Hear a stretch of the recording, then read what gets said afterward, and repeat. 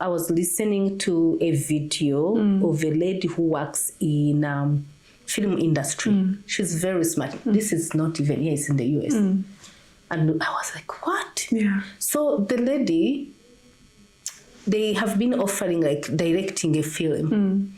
And the gentleman, she was sharing, the gentleman who had done that similar job before was getting like a very higher pay. And when the lady came, she has the same skills and potential. Right? They were offering her like not even half of what he was earning. So she said no, because she had the information. So I want to encourage people to also have information. Information is power if you use it well. Have news. If you're negotiating for a role, understand the role, understand a bit of history, especially when you're competent, you're strong, you're capable, and you're able to, you know, fully utilize your skills and get the information. So this lady had the information, and she, do you know they didn't call her? They actually let her go. It was so unfortunate. Yeah, but I couldn't believe that people are giving a pay based on whether you're a man or a woman. We still have those. And I also know another lady, she was more senior in a position. So this young person came, a man, quite competent, but was definitely going to depend so much on that lady. And they proposed a higher salary. How do you get a higher salary? Oh, because he's able to sell himself. Some people who are even very good at, you know, talking about themselves and, you know, showcasing who they are better than the women. Yes. Than us, So they'll end up being given a higher pay than the ladies. This is really happening. I know it's still there. I don't want to name, I can't name names, but I have a number of examples where women have not been offered positions that they deserve. Now, it's also to the women. I want to talk about the women themselves. We also have, as women, we have that low esteem about ourselves. You know, you're very strong. I've seen this in some of the work I've done. And you're asking, why do we have so many men in the management position and no women? And the guys go like, they didn't apply. What? Oh, they applied, they didn't pass. Oh, they actually, if they applied for those positions, that's competence, and they didn't. That's okay. But they didn't even take it because it's, this job, they can't give it to me. It's for a man. It has always been for a man. I don't think, look at our bank, our central bank. We have always had men governors, but now we have a woman. Can you imagine? So I really love Rwanda for that they are empowering women, and there are so many others who are heading banks, or heading institutions, who are ministers, and but we still have, as you go down a little bit, some work to do. And I want to encourage women out there to really, if you know you have skills, you have capabilities, you have what it takes, be confident. Go out for it. It's okay to try today and fail. Then you try again, but don't settle for less. I really wouldn't. I'm speaking to myself. I'm also speaking to myself, although I've been working for, but it's good to always aim for something better. And also know that, especially in the professional world, what men can do, we can do. We can do. We have a head, we have 2 ears, we have 2 arms. Like, there's so much more that we can do, that they can also, you know, they can do and we can do. So let's go out for it, and let's utilize our skills fully as much as possible. I agree. And I'd like that you emphasize that there is what they can do that we can do as well. It's not like we're still in those, you know, early days where men would go off to hunt and, you know, kill the lions. You're not going to go in jungles, you know, to kill lions. As long as you get an education, you sharpen your skills. Like Miss Judith was telling us, try to build your competence so that you can also have a chance to sit at the table and bargain for what is due. Thank you, Miss. And let me talk a little bit in the technical vocational training that we have. We've had trades that are normally for male-dominated, like construction, like carpentry, and then women will always go for cooking, you know, for cooking, for weaving. Secretarial work. Yeah, secretarial work. Why? I can study construction. I don't have to I don't have to climb trees and windows to be a construction manager.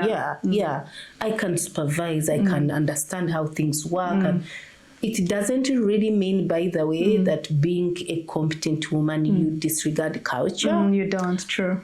Our culture is very, very important. And I think in our gender policy, they talk about promoting positive culture. Oh, yes. We have very many, you know, aspects of our culture that we want to keep. And that doesn't mean that I will do law because of that. So we respect the culture, but we work on full realization of our potential and think positively about ourselves. Just know there are so many things men do that we can do. And we can be out there and do it. True. Thank you so much. And, you know, lingering a little bit about culture. Yeah. And also keeping in mind that you're a working mother. Yeah. Let's say if today was the first time you are learning your first job, with everything you know, would you still choose to get married at that age, at 24? In the current times, you know, with how the workplace is, all the craziness and everything, would you still make that decision? I would still make it. I don't regret. Yeah. If I have a good spouse. If I have I've been so blessed to have a supporting spouse. One that takes part in child care, one that will drive me even to a place if I'm tired and it's work, one that he's been really supportive. So I want to encourage young ladies, it's okay to get married. You've done with school, you probably even have your first job, and you know when you get married you're going to have babies. That's okay. That's a biological responsibility. Sure. Babies are a blessing from God. I don't regret any of that. And all you need to know is to have a very supportive spouse who is not going to tell you, sit home, take care of babies while I go to work. True. No, I don't know if I would. I know, right? Because I really also went to school and I want to start using my skills. I agree. So parenting is a dual responsibility between parents. We really have to share. It's a shared responsibility. And who knows, you could also choose to get married and say, let's hold on for babies for 1 year or 2 years. That's between you. It's about family planning. And say, let me start at least a year in my career. Let me have 2 years in my career, and then the babies can come after that. That's a choice you can make. But one positive thing about me getting married early, I see it more now. My last born is 14. He's a big boy. We sit and talk and agree. And at this age, I'm still able to work. I had all my kids, I think in 10 years I was done. I was still young. So able to work for them, support them, take them to school, to a very good school, be able to, I still had the energy, I still have the energy right now to work, and I pray and hope that I will see them through school when I'm still working. So for me, I have no really regrets about that. And it's also God's timing. Yeah, God's timing. If God gives me a husband and I'm ready, and we are all ready to start a family. We are almost making 25 years. You know? It's really it's case by case, to be honest. It cannot be one size fits all. It depends on one situation. But if you're ready, you have work to do. And someone you're already in love with, someone who is ready to start a long-term relationship, you're ready to start a family together, why not? Yeah, why not? It's okay. But it's also timing. Yeah, timing is very important. I can get married at 30, you can get married at 25, you can get married at 28. to me, it's really, if the timing is right, God himself will see it, will make it happen. Amen. That's what happens. He will see it. He will make it happen when it is the right time. You have your right husband, you have your right wife, you have that job. And you could even stay years and you haven't even worked had any meaningful work. I know, right? You know, that happens. Yeah. No meaningful job. You haven't been, you know, for me, it doesn't really matter. It worked for me. It may not work for someone else, but I don't think it really depends on your situation. True. So of those young women out there that have ambitions, please don't sit on your ambition because you're afraid, you know. What if I'm too much, like the saying this is, what if I'm too much that I don't get a husband? What if I'm too much, you know? Can I have both family and work? Miss Judith tells us that we can. And she's been successful in that. So us as well, we should have hope. Like she said, it's important to have the right spouse and also to trust in God's timing. Yes. Yeah. Pray that. Yeah. I think the Bible always tells us that a good wife comes from God. So is that good husband. So you pray about that. And I'm telling you, I've not only taken care of my own children, I've taken care of many other kids along the years. And even what enables you to do that, it's because you're working, you have some means to be able to support. Yes. There are people who have the means and not be able, so the heart betters as well. I told you I'm a very social culture. It's my heartbeat. It's my fulfillment to make a difference in someone else's life. I love it. I love to give more than I receive. So if I'm able to help with even a tiny support to someone, for me, it's a fulfillment. It gives me joy. It could be different from someone. I know people have a lot and they would rather have their one child and a dog. And maybe not in our culture. Thank God for the Rwanda culture. We don't. So there are people who I don't know, but thank God for me and for my family, we are very. We are able to just help a little bit more what we can, and God has always provided. It's so funny when I don't understand when you give, you know, God blesses you in a way. Like even all those people that I've had in my life, God has always enabled me. But I also gives me it gives me the reason to wake up and take on that more responsibility, work harder. If it's burning a midnight candle, I'll burn it so that I'm able to take care of the responsibilities God has placed in my hands, whether it's my own children, my family, and others. Just tying right on that, what is the biggest price you've had to pay, you know, to be an amazing mom? Because I know that you're such an amazing mom. I'm so humbled. You know, and also to excel in the workplace. You know, what price are you paying for this? So that's a very good question. I hadn't even thought of it as a price, but come to think of it. So the price I've had to pay is put in more time for work. I have really put in work. I don't think I've wasted my work time.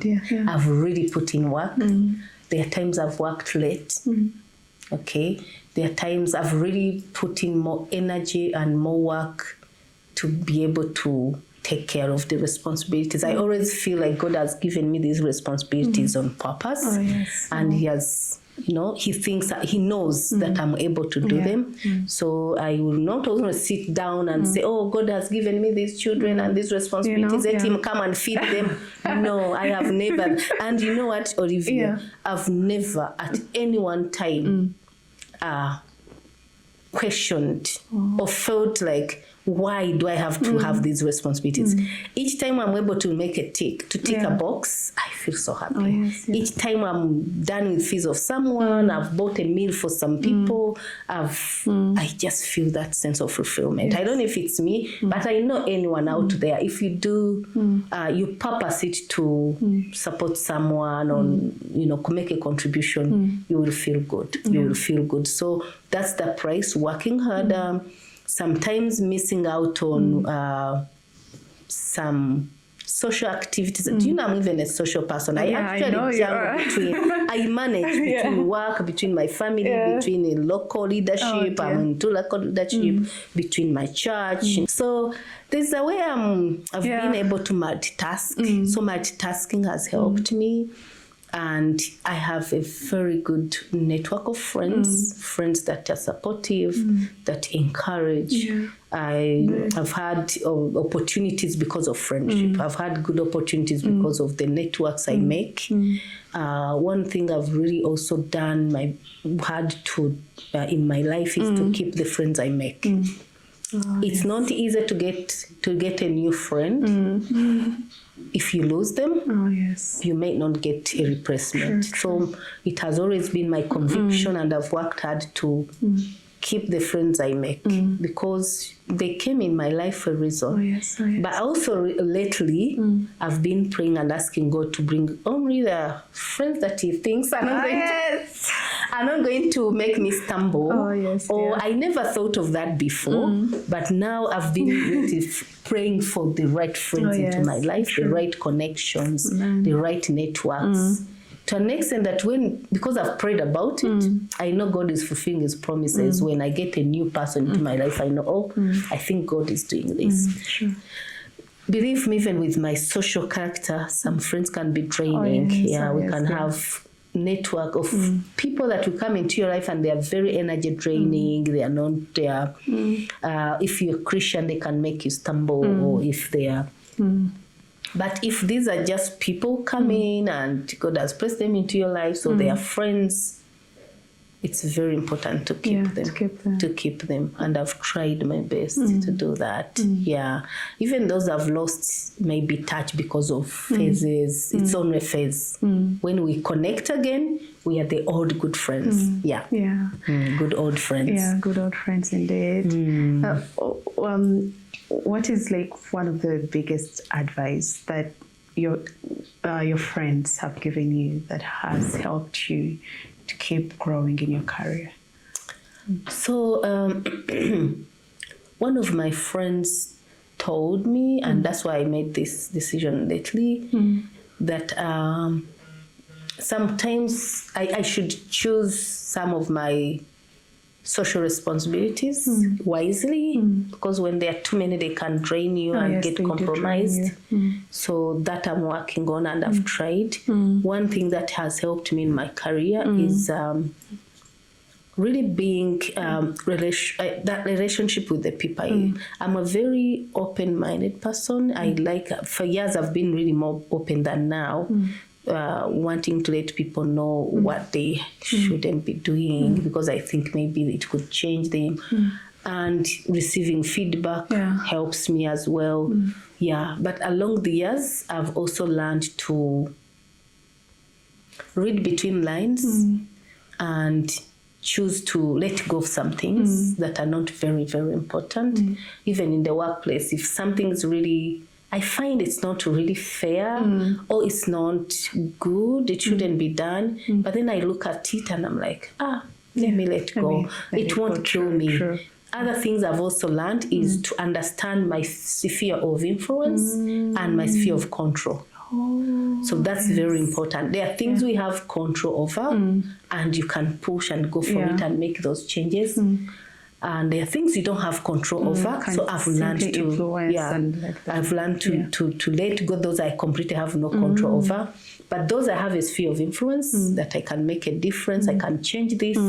So understanding that is very important. Understand where you can influence change.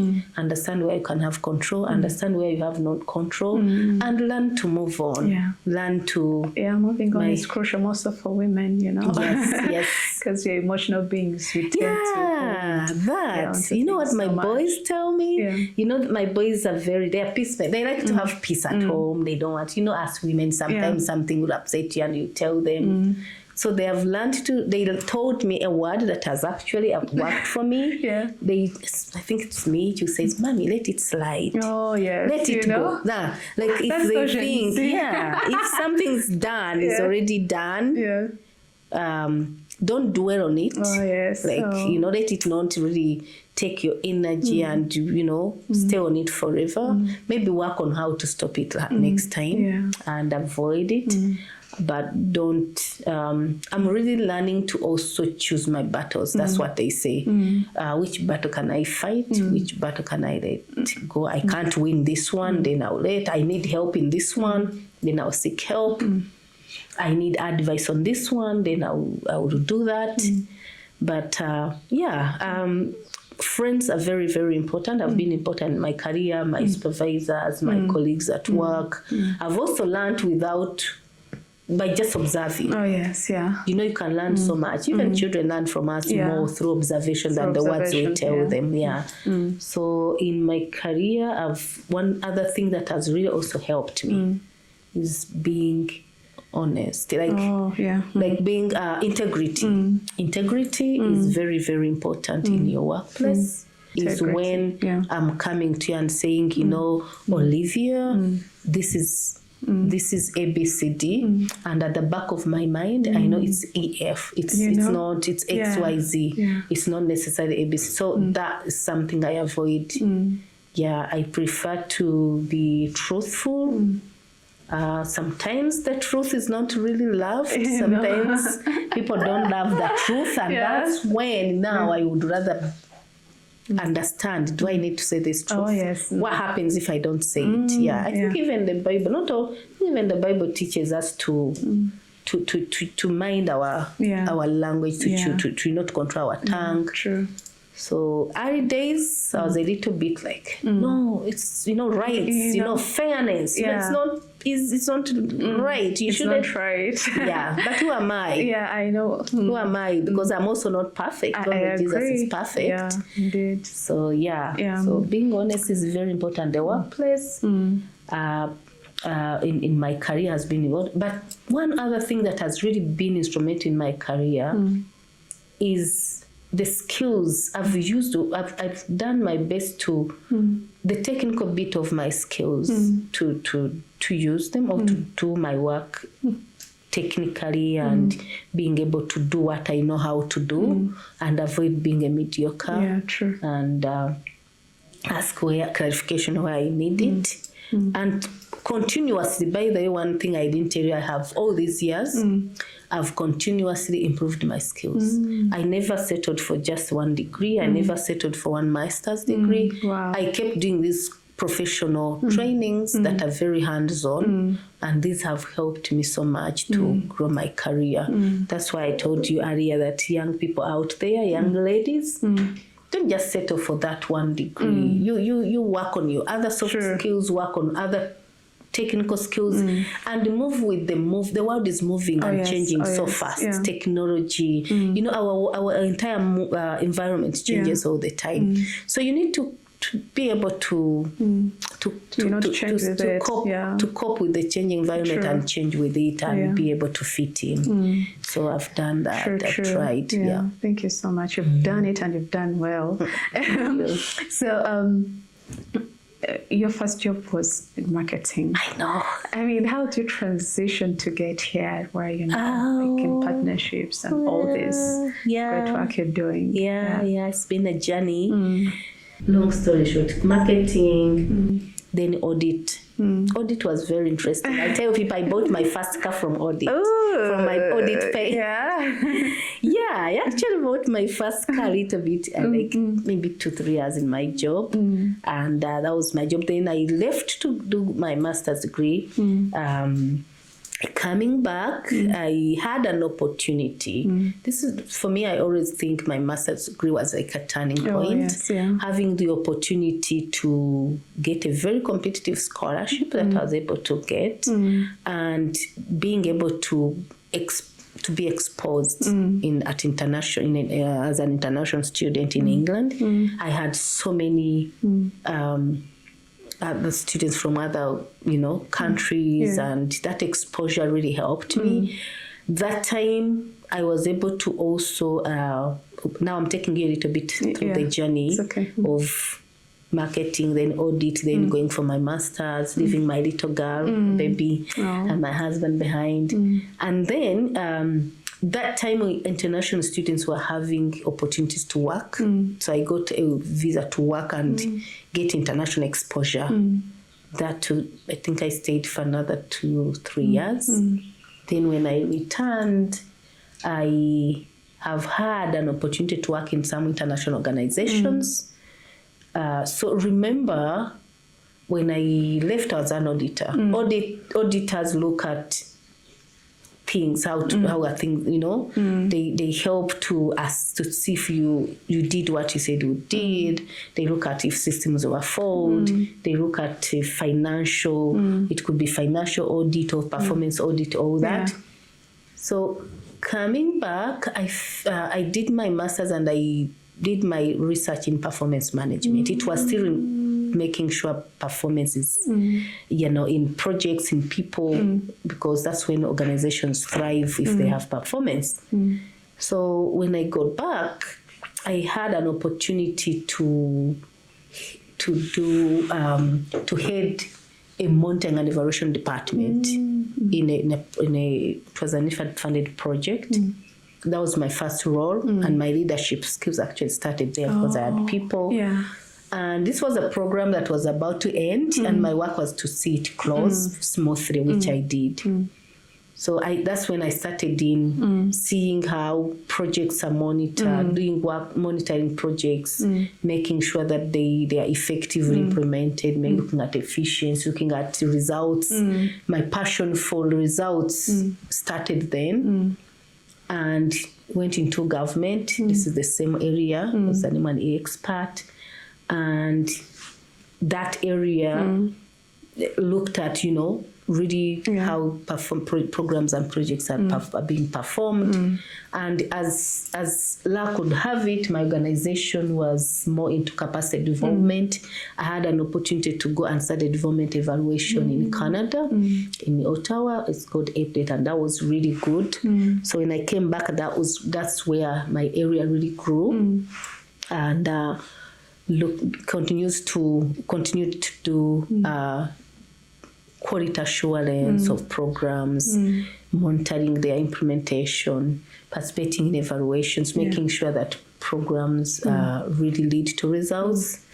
And I grew into ranks in that job, in that role, from the same organization, but growing. Growing. And that's actually later I went to work for the UN, and but before that I got passion for girls and women empowerment.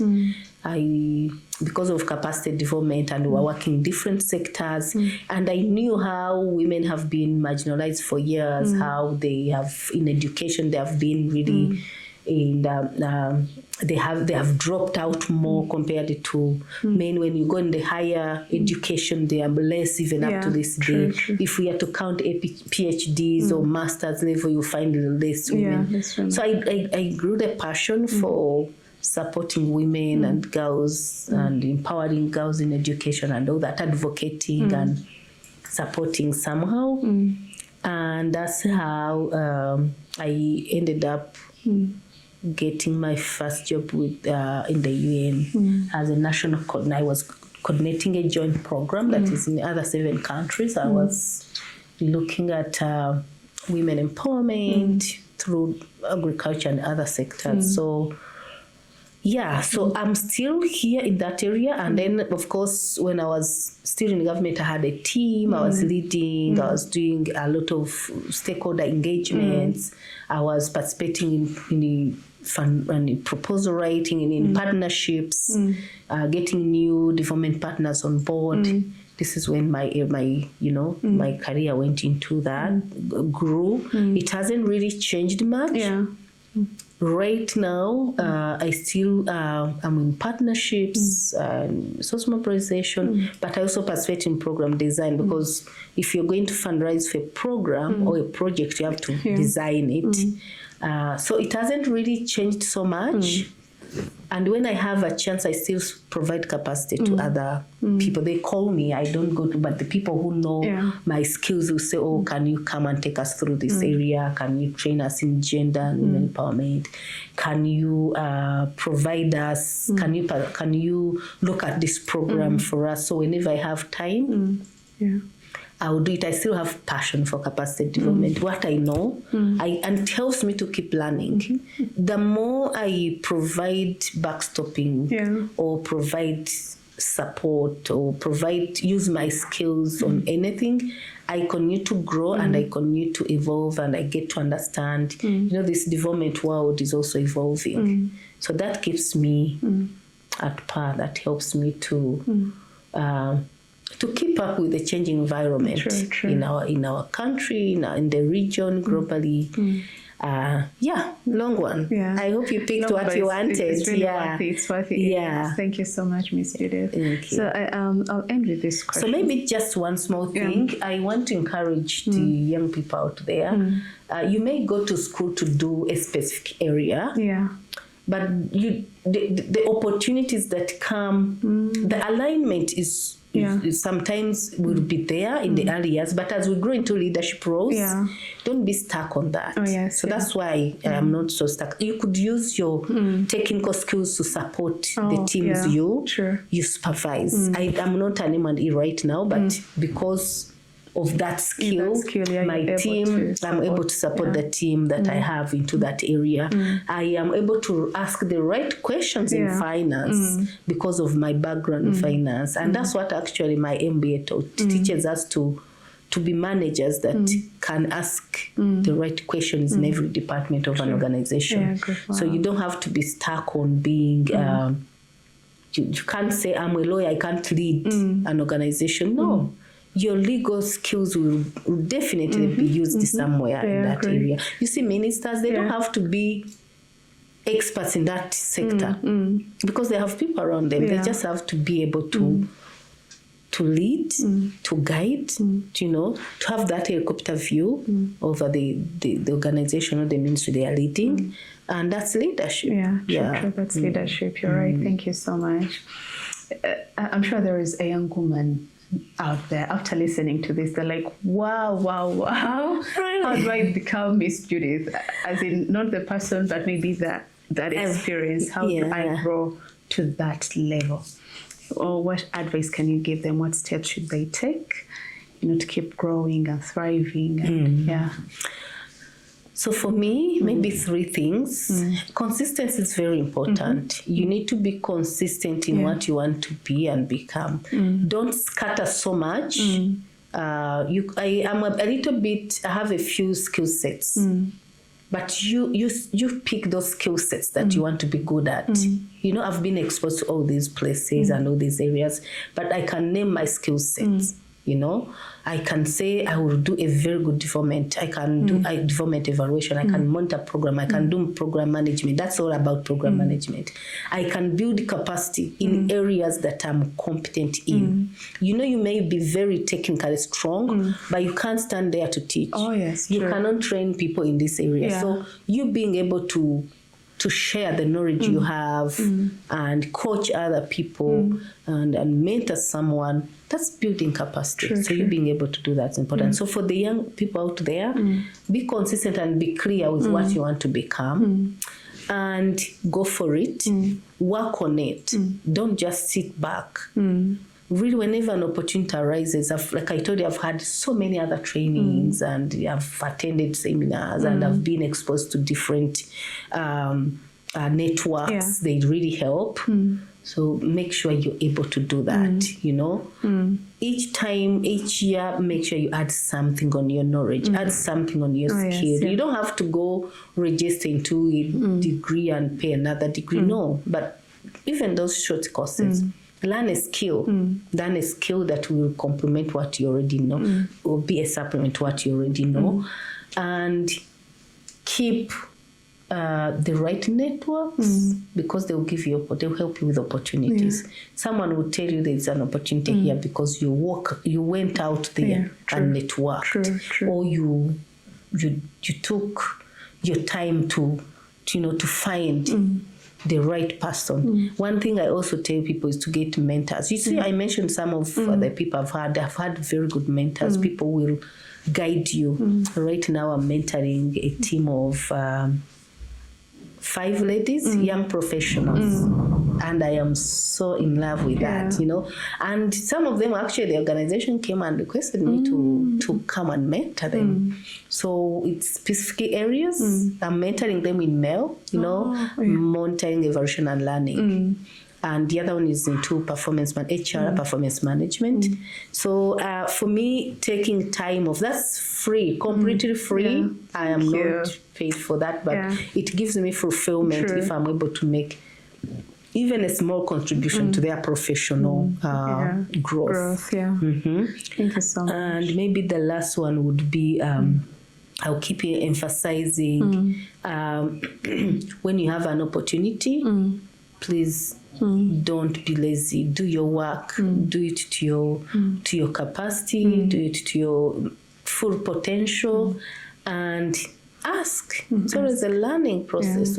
Right now, even today, I'll learn from this conversation. True. So don't just settle for less. Don't sit in your comfort zone. Aim higher, and have a mentor, and have a few people who have done well in their lives that have inspired you, you know. Then you look up to them. True. Thank you so much. You've been in the workplace for a long time, and today you're a woman in leadership. Yes. Something you're so proud of. Yeah. So what's your last advice to this next generation of female leaders that's rising up? Yeah. So I'm even very lucky to be participating in one of the programs that promotes leadership. We've had our iLead program. So we have, the program has values. And when you look through those values, I always feel like this is what every leader needs. Oh, yes, yeah. You know, even at an early age, and if we could have, if our young people could endeavor to have values, that are very important. Values are very important more than your technical skills. Oh, yes, yeah. The technical skills are important, but if you blend them with the values, then you will go very far. Values I'm talking about is the right attitude, for instance, being teachable, relational, you know. In Kinyarwanda, we call them indangagaciro. Like, I like how Rwanda emphasizes that. Let people look at you and they say, oh, that lady is really well groomed. Or that lady I can trust. Are you trustworthy? Oh, yes. Are you honest? Do you have integrity? You know, these are values that make us, they are very, very important. Then in addition, go and get technical skills. A blend of both will get you to have the good leadership skills. I also feel strongly that we should be people who accept feedback. Oh, yes, yeah. Feedback that is constructive. If I'm not, I've always had people have given me feedback, and I do a lot of reflections. By the way, I'm a very reflective person. We may actually disagree a little bit here on something, but when I go back, I will reflect, and I'm like, I think she was right here. Self-awareness, self-reflection is very, very important. Sure. And I will also continue to emphasize having the right friends around you, having the right networks around you, and be a very good and important person in your society. You'll go very. You don't want to be talked about and like, oh, I don't want to have that one. Yeah, you know. Oh, please don't bring that one to my department. Yeah, you know. Be the kind that will attract, will be attractive. Oh, yes. People want to have you, want to take you on. And this is not something that you really, really have to fight so much for. People, they say trust is earned. Oh, yes. Yeah. So you earn your trust and then you have all these things. Yeah. Thank you so much, Miss Judith. Well, this has been that mentorship class I've been longing for. Thank you. So thank you so much. Hope it was helpful. Yeah, the young people out there. It was. Please, when you watch this video, be sure to leave some feedback, for Miss Judith, and also us, so how to lead the next conversations. And what is your last remark? My last remark is that I'm not a finished product. Oh, yes. I continue to evolve. I continue to learn. I learn from my own children these days. I learn from people around me. I learn from my own colleagues and supervisors. So every day is a learning process. Myself, I have so many imperfections. I have so many things that I'm still working on, but understanding them is the starting point. That's why I'm talking about self-reflection. So I want to encourage the young people out there to have hope, have confidence in yourself, work on your competences in the workplace. You're going to be, you're going to have that job that you long for. You're going to have that role that you have always wanted. And it is that small. Take baby steps. Look at where I started from. I was, lucky and blessed to have all these opportunities. But sometimes we have to take baby steps to get where we are. No job is small. And importantly is to have a skill, to have an education, to be able to fit in, and the rest will fall in place. Thank you so much for listening in. Remember to take the baby steps and keep pressing on. Until next time, bye-bye.